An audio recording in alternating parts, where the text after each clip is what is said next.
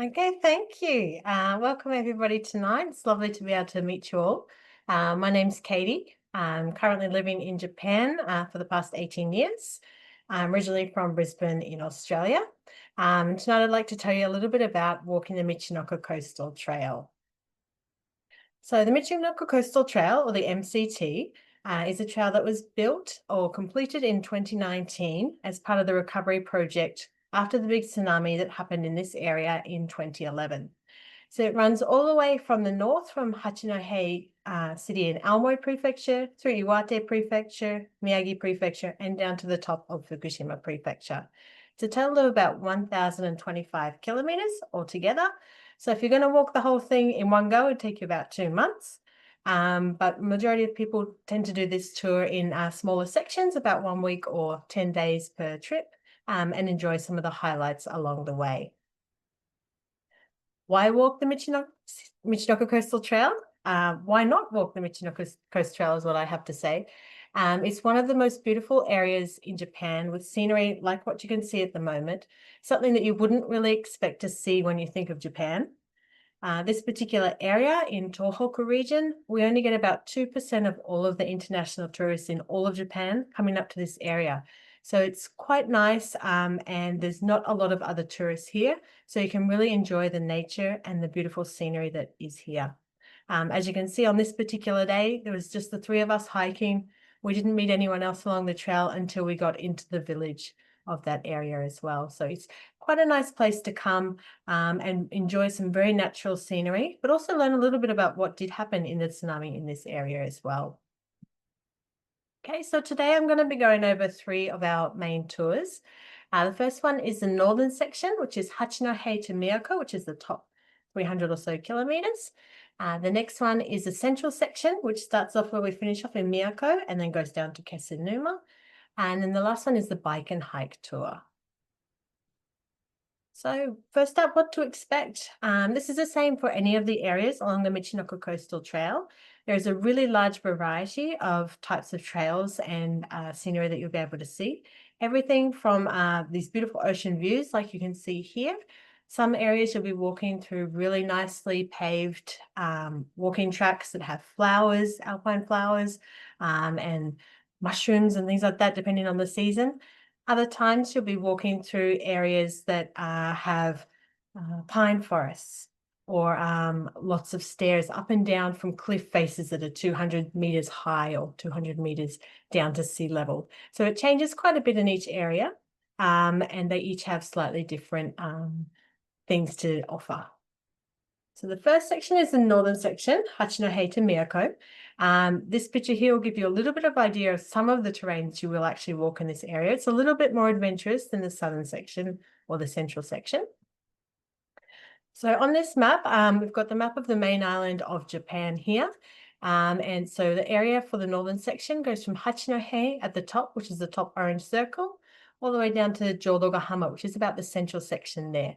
And it covers this area of the northern section of Japan. So first day, you're heading off in the Hachinohe area. This area is a really beautiful area with lots of very flat, easy to walk path trails, as you can see in this picture here.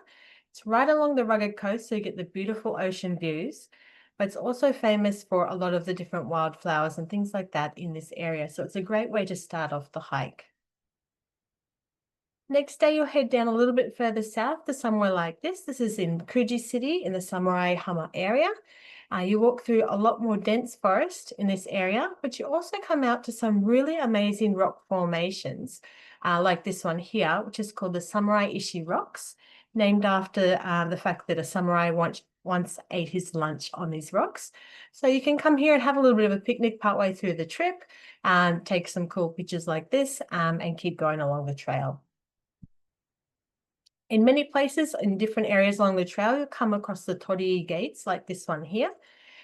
These are little shrines that the fishermen use to pray for a good crop on their way out as they head out to go fishing. So you'll see lots of these kind of different shrines all the way along the trails. Next day, you'll be heading to Fudai. The village of Fudai is a lovely town just further south from Kuji City. And you walk part of the way will be along paved roads. You'll go through some of the little fishing villages, and you'll be able to see the sea gate that protected this particular village from damage in the tsunami.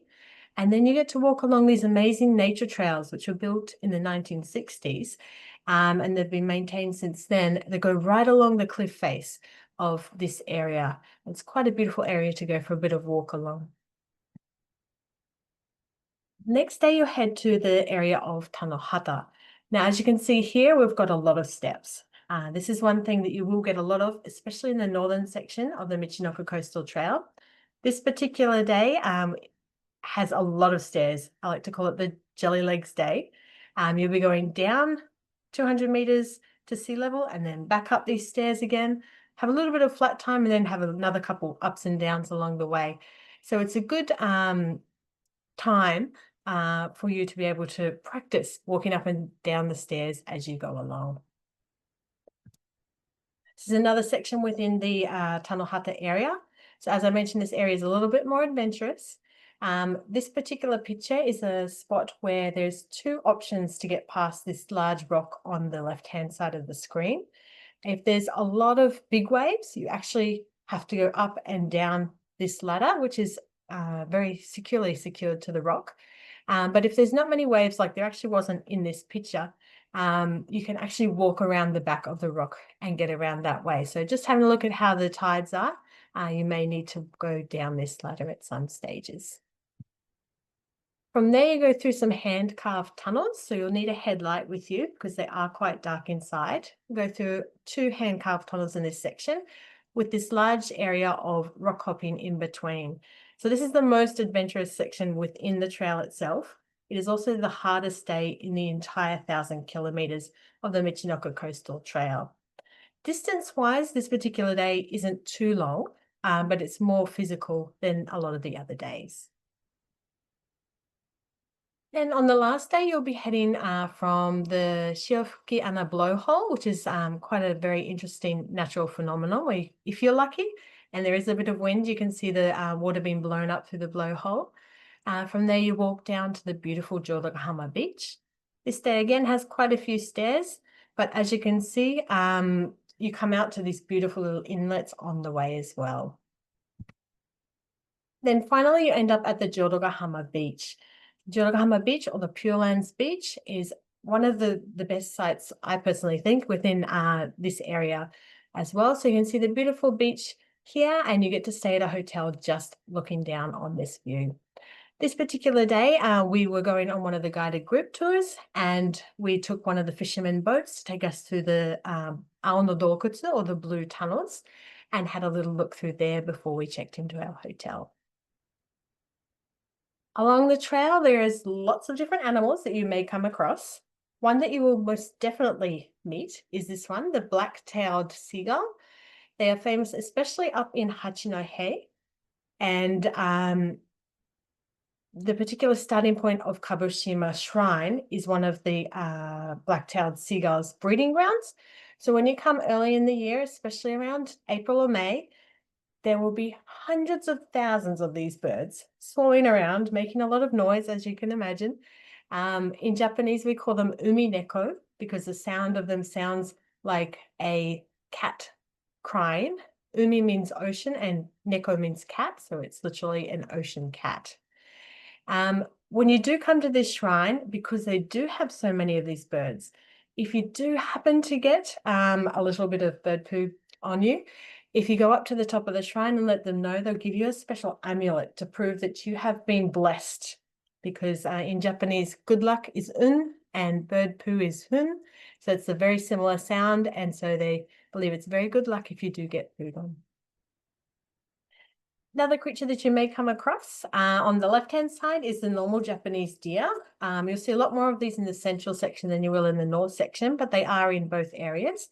And they're more than likely to be walking through the towns as opposed to through the forests.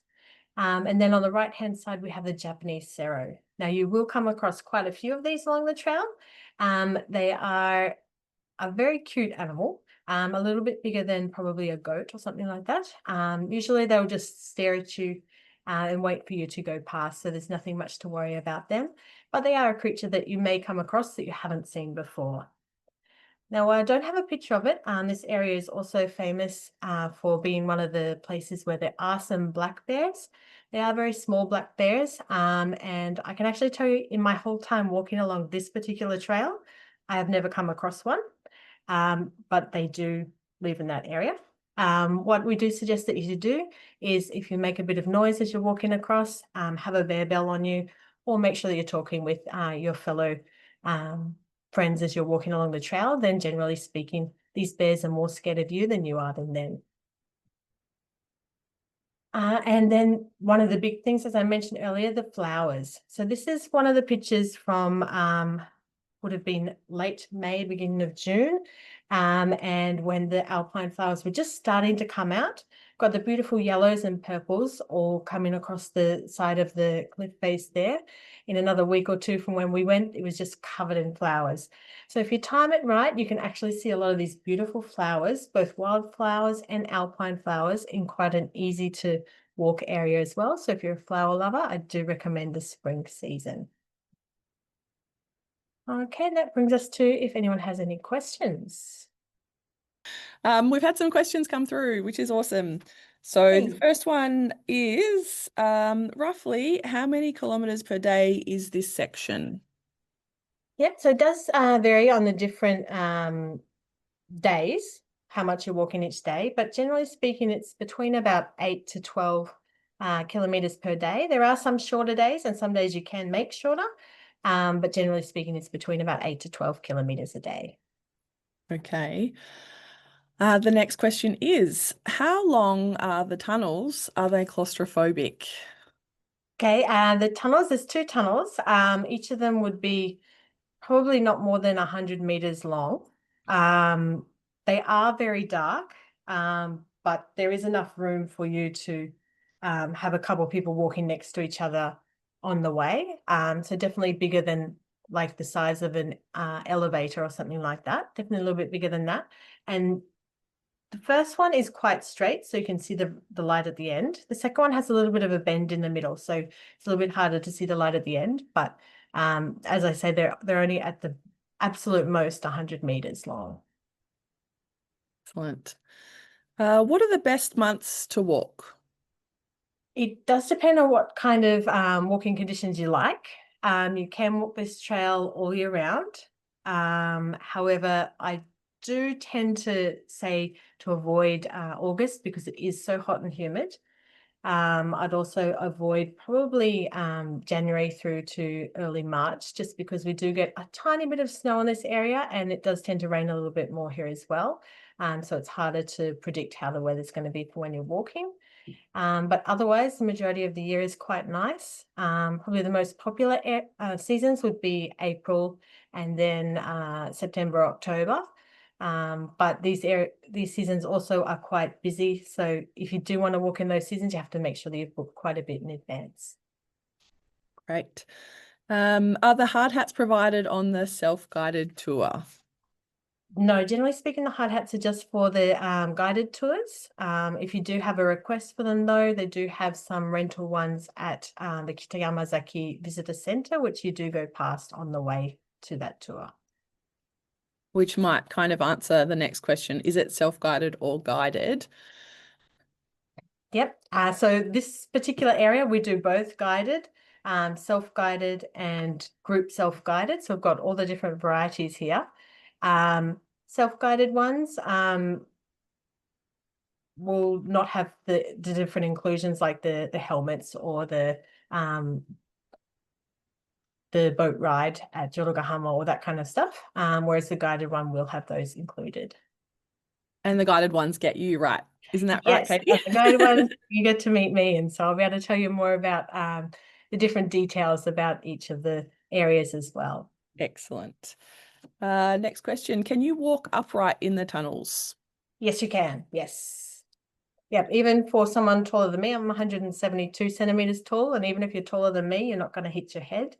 And they are, yeah, as I said, probably 3 or 4 people at least wide, so they're quite nice and wide. Great. How tricky are the ladders and how many are there? Yep, ladders are only on that particular day in Tanohata. The one that you're coming down the big rock, you only have to do that if the waves are big. So probably only about, I don't know, 40% of the time or something, you'll have to do that one. In that case, you'll be going down it, so it's not as scary as climbing back up it. And it is very well secured to the rock, so it's not too bad. Aside from that one, there are two ladders that are also connected to the rock a little bit further up that you will have to do each time, but they are much smaller, kind of like your standard silver ladder that you might have, those kind of things attached to the mountain just to get you up so you're not walking up a really steep bit of ground. So it just makes it a little bit easier. Excellent. What's the swimming like in October?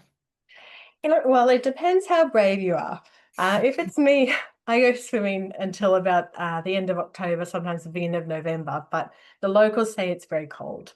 So it depends on what you're used to, really. In the best place to go swimming would be at Jodogahama Beach because it is a very enclosed inlet, and so the water does tend to be a little bit warmer, a little bit longer, and it's very safe because you don't have the sudden rips that they have in a lot of the other areas along the coast. Excellent. What were the tunnels for? The tunnels, originally that area was hiked by the locals to bring salt and whatnot to different areas, and for the fishermen to be able to get into the different inlets. And they used to have to go up and over each of the different mountains. And so in the 1960s, when they were building a nice sightseeing route through this whole area, they decided to build some tunnels to make it easier for not only tourists to get through to the little inlets, but also for the fishermen and for the people that had to carry the salt through to get through easier. Wow, so fascinating. Yeah. Are walking poles recommended? Generally speaking, I say if you've got them, yes, they are a good idea. You may not need them on the first day in Hachinohe because it's so nice and flat. But after that, there are quite a few, although sometimes small, ups and downs, and some slightly harder to walk terrain. So I do recommend if you've got poles to bring them with you, especially if they're fold-up ones, you can put them in your backpack when you're not needing them. Okay. Do you carry your own luggage? Generally speaking, our larger luggage is sent between the hotels using a luggage transport system. So we've just got our backpack with us for the day. Just like a day pack, right? It's a day pack, yep. Yeah, perfect. Can you visit or tour the villages you stay in? Some of them, yes, you can. Majority of the time, the hotel is located within one of the villages. So if by the end of the day you've got a bit of extra time, you're welcome to have a look around some of the little village areas. I will say that a lot of the villages and towns in this area do close everything up quite early. So the shops do tend to close a little bit earlier than what you might expect in the larger cities. But yes, you can have a look at the different towns. Some of the areas of the trail actually take you through the center of the town, so you can have a nice look while you're walking as well. Cute. I love that. How long does it take to cover the distances?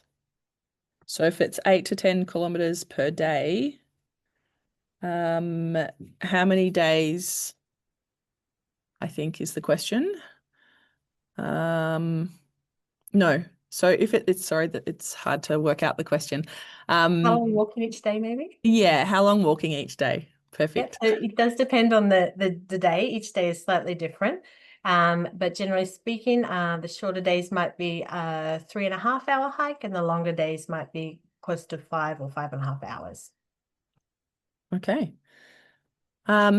We might move along and then the rest of the questions that have just come through, we will get in the next In the question next, break. sounds Excellent. like a Okay. plan. Thanks, Okay, Katie. no worries.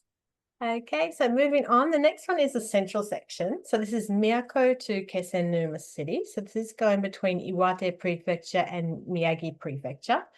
On this map, it's the middle section. It says Jodogahama, which is where we finished off with the northern course. Then going down to the bottom orange dot of Kesenuma City.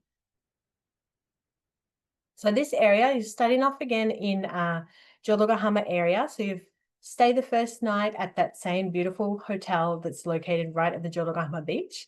The next day you'll be heading off for a hike in the Todogasaki area.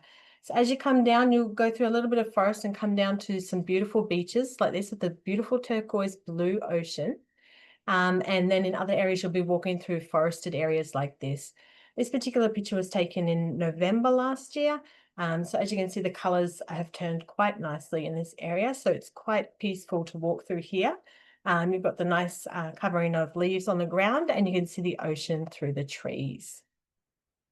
And this particular area actually goes to the most easterly point of the main island of Japan, which is called Todogasaki. And so this picture was taken right there. So you can actually go there, and once you have hiked this section, you can actually get a little certificate to say that you've been to the most easterly point of this area, which is something that we include with the guided group tours. Next day, you'll be heading a little bit further south to the Yamada area. This is an area where you go over the Ushikorobashi Pass. Ushikorobashi literally means the cow that falls over. This particular pass was said to be so steep that the cows that they used to use to carry their different produce to the next town used to have trouble getting over this pass. So as you can imagine from the name, there's quite a few steps going up and down of this pass, but it's well worth it because the whole way down, as you're walking down, you get to see beautiful views like this of the Funakoshi and Yamada Bay areas. So it's quite an amazing hike. Once you get up to the top, you've got a nice walk down with a beautiful view the whole way. There are some other areas within here that also have these nice pine and cedar forests.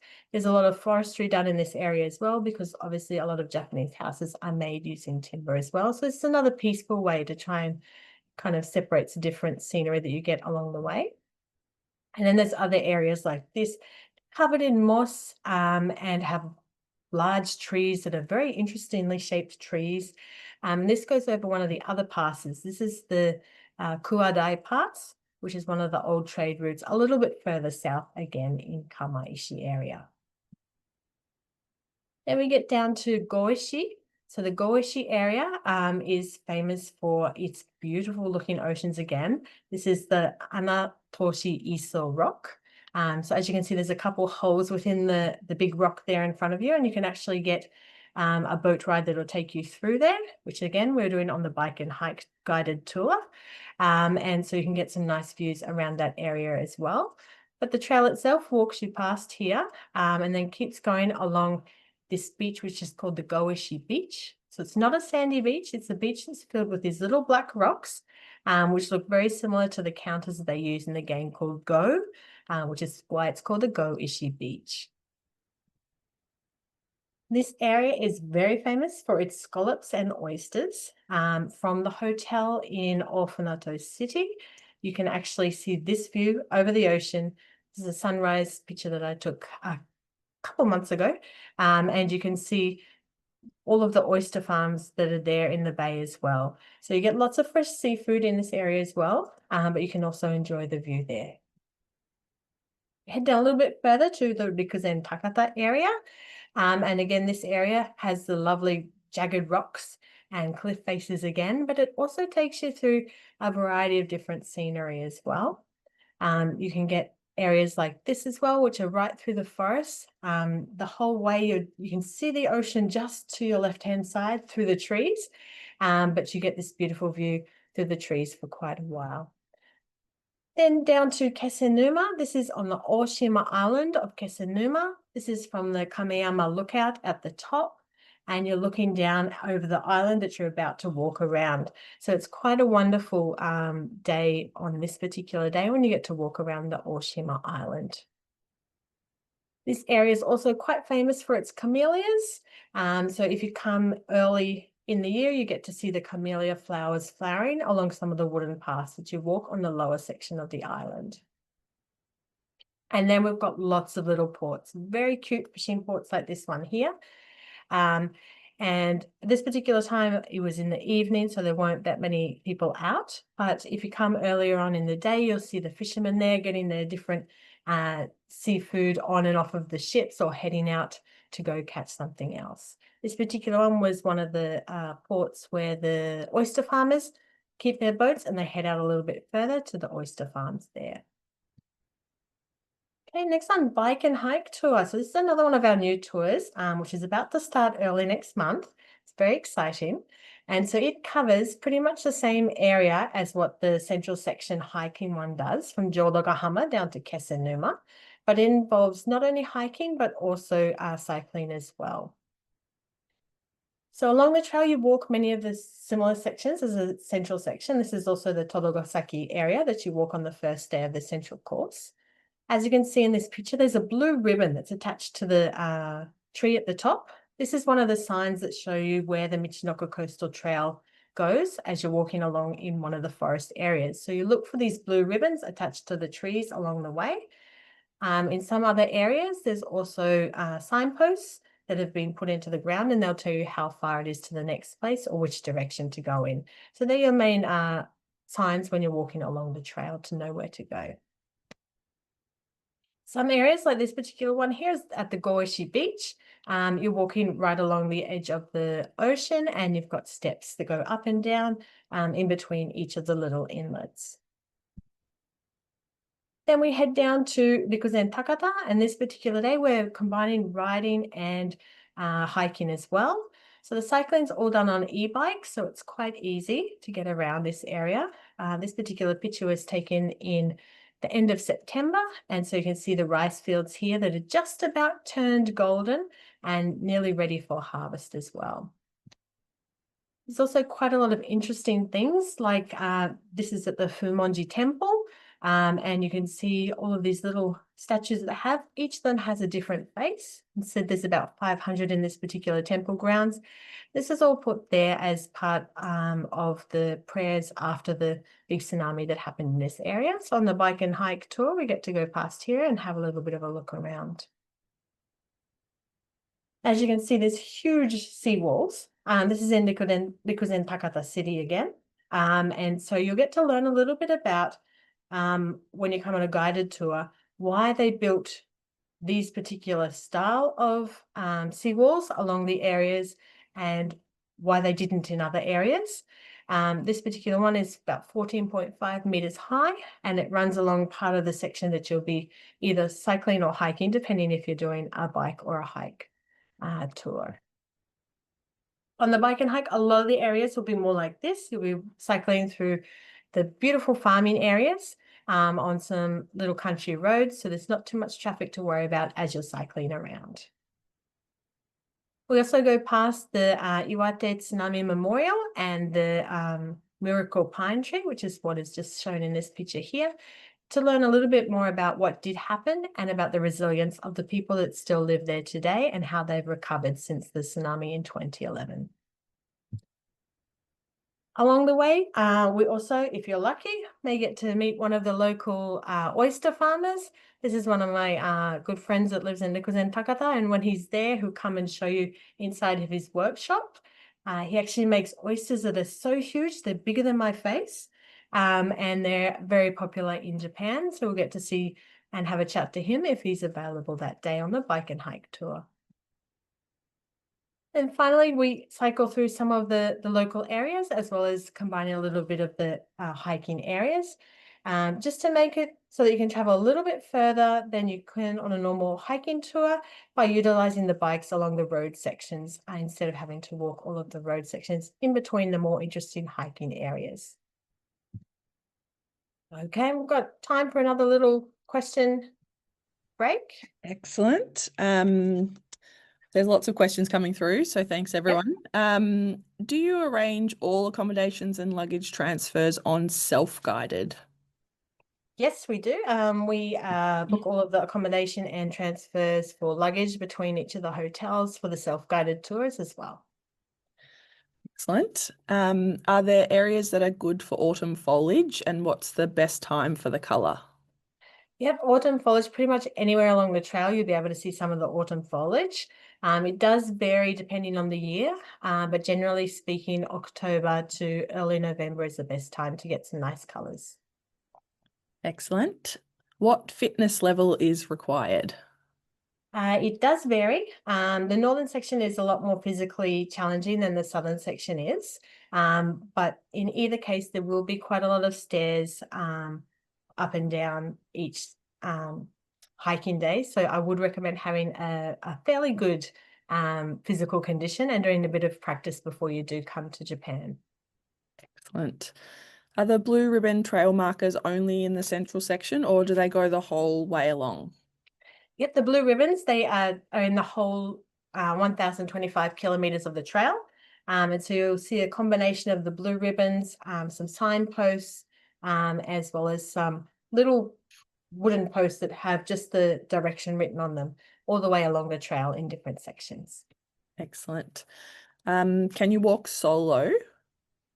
And can you join the two walks together? Yep. Solo hiking, it can be done, but just because of how remote the area is, I do recommend walking in pairs.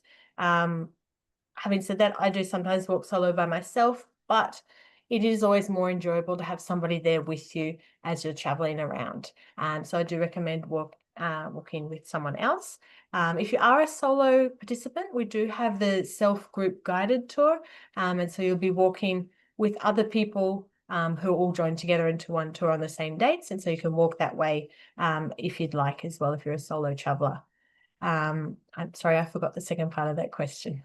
Can you join two walks together? Sorry. Yes, that's all right. Yes, you can. You can do one after each other or do them at slightly different times. We do also have an extended tour, which does combine the highlights of the northern section and the southern section as well. So that's about 10 or 11 days, I think it is, of hiking the best parts of both tours as well. Amazing. Awesome. Do we need long gaiters on the northern section? Gators? Yeah. Yep. Yes, it depends. Generally speaking, you don't need to have gaiters. But if there is a bit of rain, it is always a good idea to have something like that just to protect your socks and things like that. Okay. How well maintained is the track? Is it likely to be overgrown? Again, it does depend on the season. Generally speaking, it is fairly well maintained. However, there are some times in the season, especially in the northern section of the Samurai Hama area, where it does get a little bit overgrown. But generally speaking, they come through there about once a month to cut the grass again. So generally speaking, it's not too bad and you can find your way quite easily. Any chance of leeches? No, not really leeches in this area, luckily. A bit further south, on some of the islands, we do sometimes have little leeches that they do have, especially in the areas with lots of the Japanese deer. But in the northern section, generally speaking, it's not a problem. Nice. I like that. Yes. Walking the central section in November, people in the photos have beanies and gloves on. Will I need them? Depends how cold you get. Those particular days, it was November 19, 2021 that we did that walk. So it was quite cool those particular days that we went. The girl in front of me and the gentleman both had beanies and gloves on. Meanwhile, I was there in a t-shirt and shorts.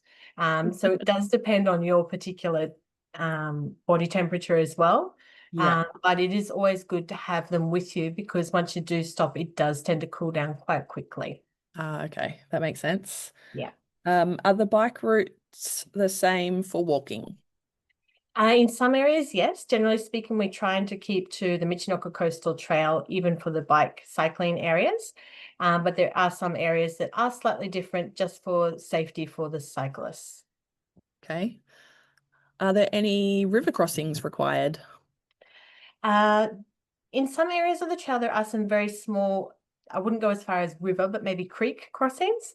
Okay. So you have to step over the water a little bit in a few sections, but generally speaking, they do have little wooden bridges, sometimes that you may need to step carefully on, but to go across them. So you don't, generally speaking, have to worry about falling into a creek or something like that for the areas that we've chosen. Another one, sort of a similar one. Are there swimming spots along the way? Yep, along the way in the northern section, Jodokohama Beach would be your main swimming spot if you did want to go for a swim. Just for safety reasons, it's quite a safe place to go swimming where you don't have to worry about the rip tides or the deep drop-offs. In the central section, you could go swimming either at the Aragami Beach, It's quite a beautiful beach to have a little bit of a swim at. Or otherwise, a little bit further south, when you get to the Oshima Island, there's a couple of beaches along there that are very safe for swimming as well. Nice. Do the walks require transfers within the walk, or is it all hiking? Again, it depends on the day. Generally speaking, once you start hiking, you'll be hiking all day. And then you may have a transfer in the morning or the afternoon to get to the hotels, depending on where they're located. Where possible, we do get you to be able to walk into the hotel or walk out of the hotel, but not all of the locations are possible. So you might have a transfer the morning or evenings. Okay. I'm not sure if you'll know the answer to this one. How does it compare to the Kamano Kodo?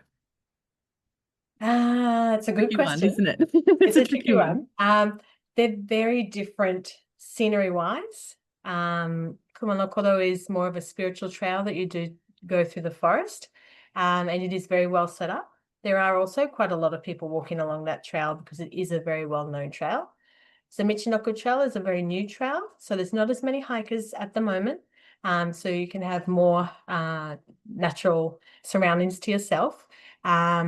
But it's also a slightly different style of walking to the Kumanokodo. I'm not sure if that completely answers, but Hopefully that does. hopefully that does. And we sort of touched on this a little bit before. Is it safe for solo females self-guided? Yep. So Japan is very safe for the most part. And solo hikers, as I mentioned before, generally speaking, we don't recommend solo hiking by yourself, but joining one of the self-group guided tours or with another solo hiker and hiking together is the best way to go. But yes, it's perfectly safe for a female to join one of these groups and hike that way. Can you just explain, for those who might not know, the self-group Guide. guided? Yep. Is that the right one? Yep. Yeah. So a self hike is just you and your app and your maps by yourself and just with your friends. Whereas the self group guided, they depart on set days, and it would be a whole range of different people that are all wanting to hike on that day, and you all go together. One of the benefits of that is if you are a solo hiker, you can join that and meet new people there as well, and hike along together, or you can hike on the same day in the same section as those other people, and you all stay at the same hotel. Often we'll also have transfers all organized together, so you always know that somebody is coming if they haven't quite arrived yet, so you have someone there to wait for you if you need it. Excellent. All right. We'll have one more question break at the end. But for now, Katy, you can continue on with your next Yep. section. Thank you. No worries. Okay, next section is my favorite, food and drink. So one of the really exciting parts about going to a different country and going hiking there is you get to try some of the delicious foods that they have in that area. This area has a whole variety of food. Being along the coast, obviously seafood is going to be one of the big sections, and there will be lots of seafood. But shown on the picture at the moment is one of my favorites that you can eat up in Hachinohe City. It's called senbei jiru, and it's a chicken broth soup with vegetables, chicken, and then the big white things that you can see are actually rice crackers that they crack into the soup, and they get a little bit soft and very delicious, especially on a cooler night. Next one, again, if you're in Hachinohe and you happen to be there early morning on a Sunday, this is a must-see. This is the Tatehana Wharf markets. They're some of the largest markets they have in Japan, and they have a whole variety of different foods and drinks and produce and all sorts of things like that. As you can see on the left-hand side, they've got all different types of fresh apples and pears and mandarins and things like that that are in season. So you can pick up something like that for the trail if you want. They've also got all of the seafood, like on the right-hand side, they've got some scallops with vegetables there as well. One of my favorite things they do have in this area is some really good coffee. And they also have this little bakery car. And in this bakery car, they bake fresh bread, and specifically the chocolate croissants are something to die for. So if you do happen to go there, I do recommend grabbing some of those, and you can take them for snacks along the trail as well as for breakfast. We do go here in our group guided tour, but you can ask for a departure date that will allow you to go there for the other tours as well. This is a typical kind of dinner that you might get at one of the hotels along the way. So we've got some raw seafood there, we've got some abalone, and then a hot pot and a few other little things in between there. So quite a variety of different food each night. And then on our guided tours, we do have a little bit of a special treat for the bike and hike tour. This is where we go. It's the Casanima Brewers Table, and it's an Italian restaurant that we go that mixes the Italian food and the local sake, and you get to try each of them paired together for a special meal on the last night. In the guided group tour in the northern section, we actually go to a French fusion restaurant where the local chef, he cooks in the open kitchen for us, and it's a private meal with just us there, and he makes fresh food using the ingredients from the area. Some of the other meals you might get for lunch is something like this. You have rice and then a couple little side dishes there as well. Or on the bike and hike tour, when we go to one of the little local areas with some local mums, they cook us some very traditional home cooked meal food. So some fried cod and some delicious vegetables from their garden. Lunch boxes. This is an example of a type of lunchbox you might get. Often there might be a couple rice balls and a few little snacks in there for you. Some days it might be sandwiches instead. On some of the guided tours, just because of logistics, we do tend to get a little bit more fancy lunch boxes, but this is just another idea of something that you might get along the trail. Accommodation. Okay, so accommodation along the trail varies quite a little bit. We got everything from business style hotels all the way to onsen hotels, and then everything in between. So this particular picture is of Jodogahama Beach. It's included as the last hotel on the northern route or the first hotel on the central routes. And so the hotel there is right on the edge of the cliff. So you've got beautiful views down over the ocean there. And it's a Japanese style hotel with an onsen bath in it as well. One of the other styles of hotels we have is, for example, this one is Kurosaki-so, which is on the northern section. It's a very Japanese style villa. So generally speaking, Japanese style rooms, and they've got onsen baths here as well. They do also have a few Western style rooms that they've just done up. And so sometimes we'll use these ones because they have en suites included. On the central course, one of the hotels that we use is the Ofunoto Onsen Hotel. And so this is the one where I took the picture over the bay. And so it's a lovely Japanese style hotel. Rooms will be something like this. And they too have a beautiful onsen that looks out over the ocean as well. A special treat and something that is included in the self-group guided as well as in the guided tour on the northern section, but can be added as an option for the self-guided tour, is camping at these beautiful glamping tents on the Tanesashi coast. And so you get to come and stay on the beautiful green grass that they have there. You can watch the sunset and the sunrise of the ocean. And they've got some delightful little tents in here with really nice and comfortable inflatable beds, and a private chef cooks you dinner and breakfast the next morning as well. So that's a lovely option that you can choose as well. All of the hotels, generally speaking, have some kind of onsen within them. This is one from Eboshiso, which is in the northern section. It's an outdoor bath, and so you can watch the sunrise over the Pacific Ocean here as well. Other places have indoor baths like this one. This is at Kurosaki-so Hotel. Beautiful views over the ocean, again, from the baths. Okay, inclusions, what's included? Generally speaking, all of the accommodation, breakfast each morning, and some of the dinners along the way, and depending on the trail, some of the lunches as well. It also includes your raw app, which has the maps all included in there as well as various things depending on the different tours. Who can walk? There's no actual age limit as to who can walk, but you just have to make sure that you have a relatively good level of physical ability and that your knees are quite good, because there are quite a lot of stairs and ups and downs along the way. Before you do come, we do recommend that you do some training, especially using the shoes that you're going to wear for the actual hike so that your feet get used to those before you come here. When to go, we touched on this a little bit earlier. As I mentioned, generally speaking, avoid August just because of the heat and humidity, as well as from January through to early March due to the possibility of having a bit of snow in the area. Having said that, this particular picture here was taken at New Year's. I was doing a New Year's hike along the trail. This is in the Katy area. So you can see there's no snow at this particular time of the year, but it is a little bit cooler than some other seasons. Probably the best time, as I mentioned earlier, is in spring for the beautiful flowers and colors. All the way through to about beginning of June is usually quite nice. And then in autumn again, September, October, November is quite nice for the autumn colors as well.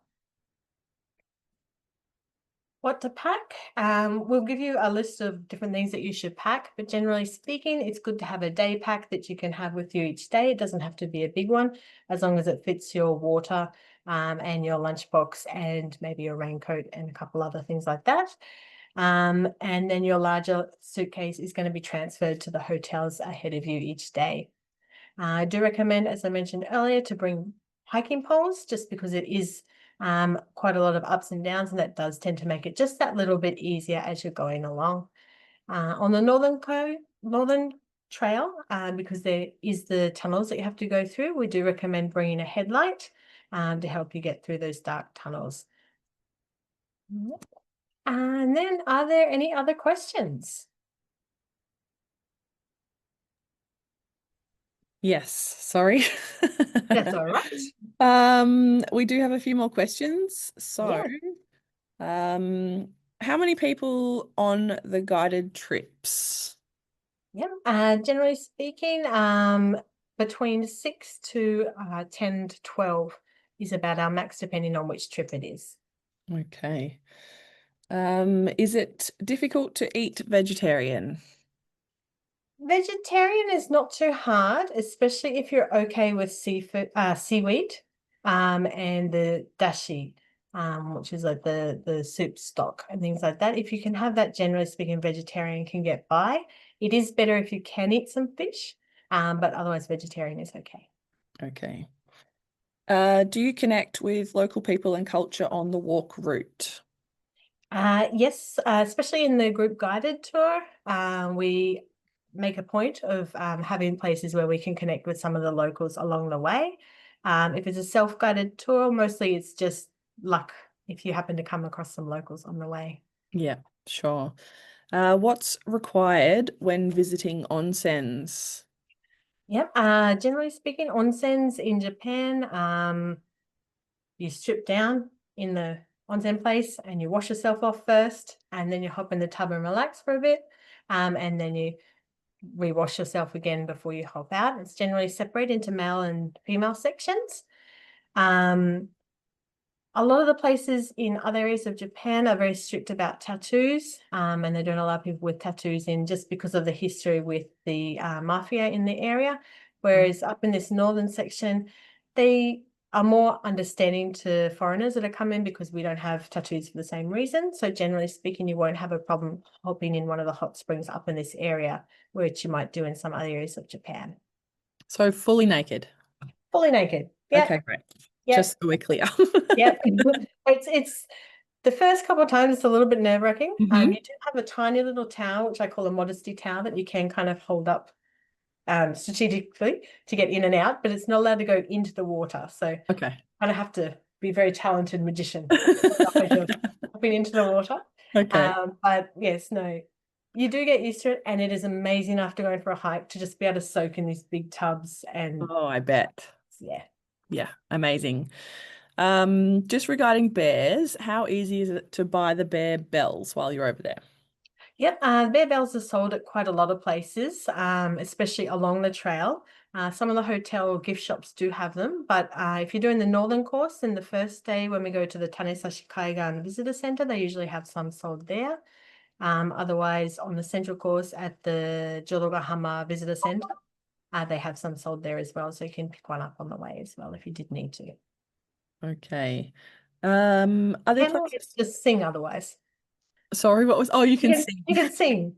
When, when I hike by myself or just with a friend or two, we do karaoke as we walk along, and that's always a lot of fun as well. So Oh, I if you're love just that. in a solo group, you can sing along as you're going around. They Yeah, would definitely be frightened away if they heard me sing. exactly. Yeah. Are there places to top up your water along the way? Generally speaking, each morning when you check out the hotel will fill up your water bottle for you with ice and water if you want them to. Otherwise, as you're walking along, there's not that many places to actually fill up the bottle, but you can buy water from vending machines because they are pretty much everywhere in Japan, even along the trail. Yeah, okay, great. Um, how long each day is spent on the bike in the hike and bike tour? That's a good question. The hike and bike tour, we have 3 days that do a bit of cycling, and probably half of the day is cycling, half of the day is hiking. So probably, I don't know, 2 hours hiking, 2.5 hours cycling, something like that each day. Okay, awesome. Um, on the self-guided group tour, do we meet at certain times for the transfers? Yes, so there'll be set times for the transfers, and then a set place. And so everyone will make their way there after hiking that tour and meet at that point to catch the same transfer. A question's just come through. I can already see it, and we get it all the time. Yeah. Are there restrooms or places to go to the toilet along the way? And if not, what do you do? Okay. Some of the sections, yes, there is quite a few bathrooms along the way. Other sections, not so much. The sections that don't have so many toilet breaks along them are actually the sections that we hike a little bit shorter that day anyway. But if worst case scenario comes, you can bring a portable toilet with you and then take it with you to the hotel and dispose of it there. Otherwise, just heading off of the trail into somewhere a little bit disclosed, and natural toilet does work as well. Yeah. Okay. And if there's public toilets, are they free to use? Yes, they're free to use. Yeah. Yes. A lot of the public toilets tend to get closed between December and March, which is another reason why I don't recommend the winter season. But the rest of the year, they're generally speaking open, have toilet paper, and are free to use. Excellent. On the hike and bike, can you have two small suitcases instead of one? Each tour includes one suitcase for free. If you do have extras, if you let us know in advance, there is a slight additional charge, but we can organize that for you as well. Okay. I think that we are done with all of our questions. Anyone have any last minute questions? We'll just give you a minute to run through. I can't see it. Would it be useful to bring some yen rather than just credit cards? Oh, would it be useful to bring some yen rather than just credit cards? Yes, that's a very good question. Generally speaking, in Japan, now you can get by a lot with just using your cards, but when you come out to this more remote area, majority of them work primarily on cash. So it's always a good idea to make sure you've got some Japanese cash on you at the start of the tour. In Hachinohe, there is a 7-Eleven and another type of convenience store just down the street from the hotel. So if you don't have any with you, you can get some out from your card there. And then in the central course, same at Jodogahama, before you get to the hotel in Miyako City, there's a place where you can get some cash out there as well. So I do recommend having some cash with you along the trail, because things like trains, vending machines, some of the local shops and whatnot will only accept cash. Excellent. Okay. I think that we are almost there. Thanks so much for all your amazing information, Katy. So everyone, just a bit of a recap. The destination guide that we have created for the Michinoku Coastal Trail is available in the chat. There's a link there, but also you can head to our website. All of our destination guides are there for you to download for free. And if you were interested or if you had any other questions that we haven't answered, please give us a call, or you can email us at Japan Hikes. No, just straight Japan. Sorry, my bad. Japan@rawtravel.com. And if you wanted to book a guided trip of the Michinoku, you would get to meet the lovely Katy. So thanks so much, Katy, for all your time tonight. You've been amazing. It's so nice to see you, and thanks everyone for coming along. If you have anything else quickly coming through the chat, I don't think so. Arigatou gozaimasu, that's nice.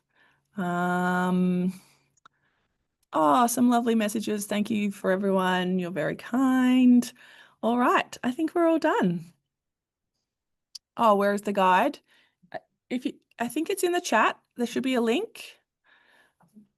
I think it's been popped in twice, but if not, you can head to our website and head to resources and then scroll down and there's a destination guides link there. Or if you go to the footer in our website as well, it's also there. So you can go to see all of our destination guides there. We've got so much more information there. But hope to see you all out on the trail soon. Thanks so much, Katy. No Good night, worries. I hope to see everybody. some of you out here.